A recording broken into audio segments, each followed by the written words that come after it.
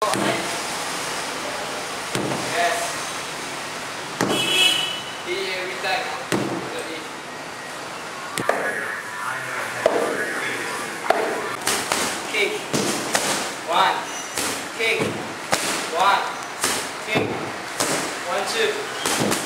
is day 10, 12, 15. Today's day 15 of training with K-1 Fight Club. I have lost about 7 kilos already.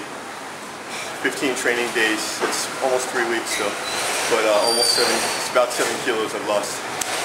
And cardio's got a lot better. Strength, everything's got a lot better.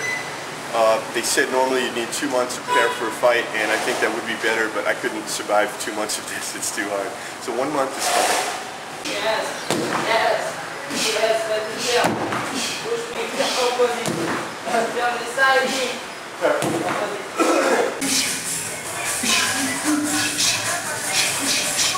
See your legs now.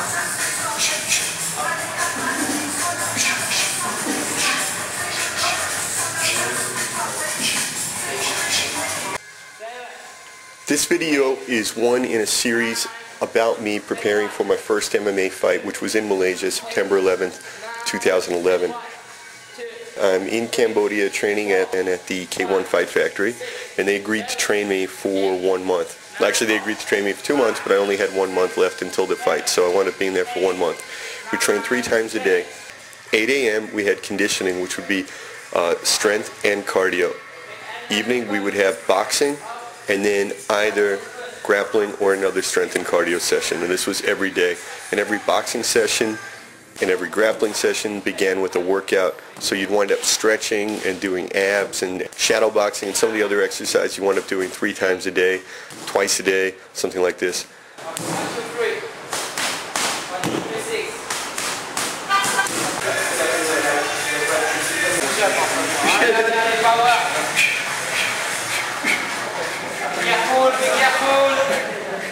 It's good exercise, but I think if I put this in my chin in the real fight, it might distract me. Or maybe it's just for training.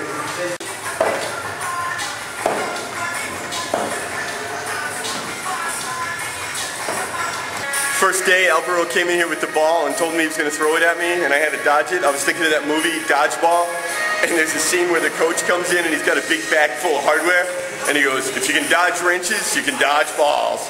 So I guess here, if you can dodge balls, you can dodge punches. I was worried, and then he said we started with the big child's play ball, and then we went to a tennis ball, and he said next is a racket ball. It's going to be next, and I've heard that that's very painful.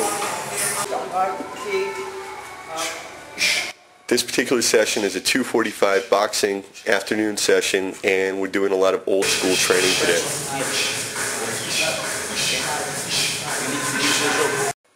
The first time Theo came to me and told me I had to take a sledgehammer and hit a truck tire, I thought, what am I, a factory worker? Am I a farmer? I had no idea what was going on. I honestly thought he was kidding. I really thought he was kidding, but apparently he wasn't kidding. Then when they started throwing balls at me and making me dodge them, that would have been better as a joke than a reality. And the medicine ball used to be used, in the 20s and 30s and whatever, probably until the 1950s, and you'd see it in old movies, and then it disappeared for years and years and years. So when I was growing up, I never trained with the medicine ball, and now of course it's coming back, that it's very popular, and there's tons and tons of exercises you can do with the medicine ball. That was a new experience. All of this is a new experience for me, and it was great though, because I'm not just doing the same stuff I've always done.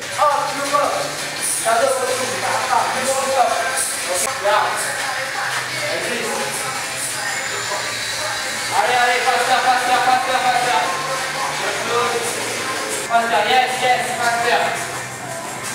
Allez, shadow boxing. Allez. Power up. Allez, on the power. Allez, don't stop. The spinning exercise is to simulate you just got punched in the head and you're almost knocked out. And rather than going down or quitting, you're supposed to just start swinging as hard as you can, because it's going to take one more quick shot to your jaw to knock you out. So if you start swinging right away, decrease the probability of the guy hitting you in the jaw. Even if you're not hitting him, even if you're hitting him weakly, just start moving and punching and punching and punching until you regain your composure. Also, that way the judges and the referee think you didn't get hurt. The first time we did this exercise, he said, we're going to see how you react after you've been hit. And I thought he meant he was going to hit me in the jaw first. I was happy to find out we're just spinning. Yeah.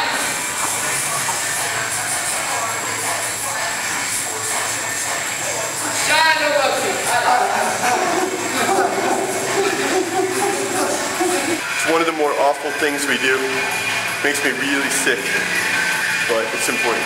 But I feel like really puking right now.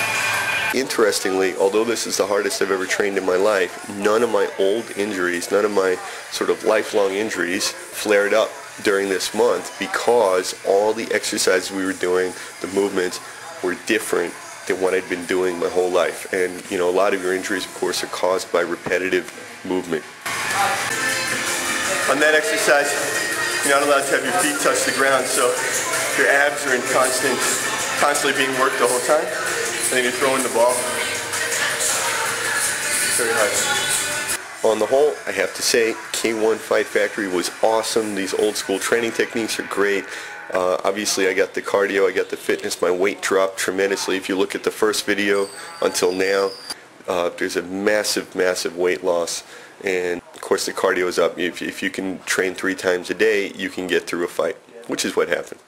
I have a bad habit that my chin goes up when I'm fighting, right? So they got to teach me to keep my chin down. So you got to keep this ball here, and every time I drop it, what happens? 10 push-ups, right? 10 push-ups every time I drop the ball.